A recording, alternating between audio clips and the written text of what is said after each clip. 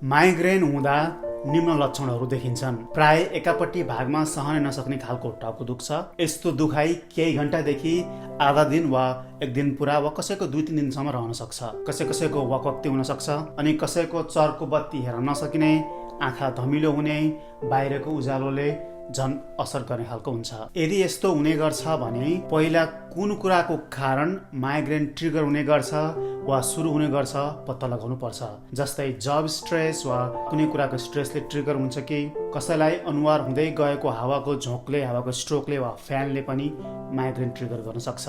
कसैलाई चर्को आवाजले गर्छ, कसैलाई रक्सीले गर्छ, कसैलाई केही कुराको गन्धले गर्न सक्छ। यस्ता ट्रिगर पत्ता लगाउन सकियो भने त्यस कुराबाट अलिक पर हुँदा माइग्रेनको फ्रिक्वेन्सी, माइग्रेन हुने चान्सहरू अलिक घटाउन सकिन्छ। माइग्रेन सुरु हुने बित्तिकै सबै काम कार्य बन्द गरेर शान्त एकान्तमा कम आवाज र कम उज्यालो, डिरेक्ट लाइट कम भएको ठाउँमा गएर केही घन्टा आराम गर्नुपर्छ। यदि त्यस्तो गर्दा भएन वा त्यसरी आराम गर्ने ठाउँमा तपाईँ हुनुहुन्न भने औषधि खान हिचकिचाउनु हुँदैन। धेरैलाई सुरुमा आइबुप्रोफेन वा सिटामोल वा यी दुईटा मिक्स गरेको औषधिहरू खाँदा पनि हुन्छ। ओभर द काउन्टर फार्मेसीहरूमा गएर हेर्ने हो भने आइबुप्रोफेन वा सिटामोल बाहेक यो क्याफिनहरू मिसाएको र अन्य कम्बिनेसनहरूको औषधिहरू पनि पाइन्छ, जुन आफै किनेर खान पनि सकिन्छ युएसको केसमा। यसले पनि भेट्न छोड्यो भने डाक्टरले प्रिस्क्राइब गर्नुपर्ने औषधि, याद गर्नुहोस्, डाक्टरले नै प्रिस्क्राइब गर्नुपर्ने औषधिहरू खानुपर्ने हुनसक्छ। फेरि याद गर्नुहोस्, यस्ता औषधिहरू जथाभावी आफै किनेर खान हुँदैन, डाक्टरको सल्लाह मात्र खानुपर्छ। जति जे खाए पनि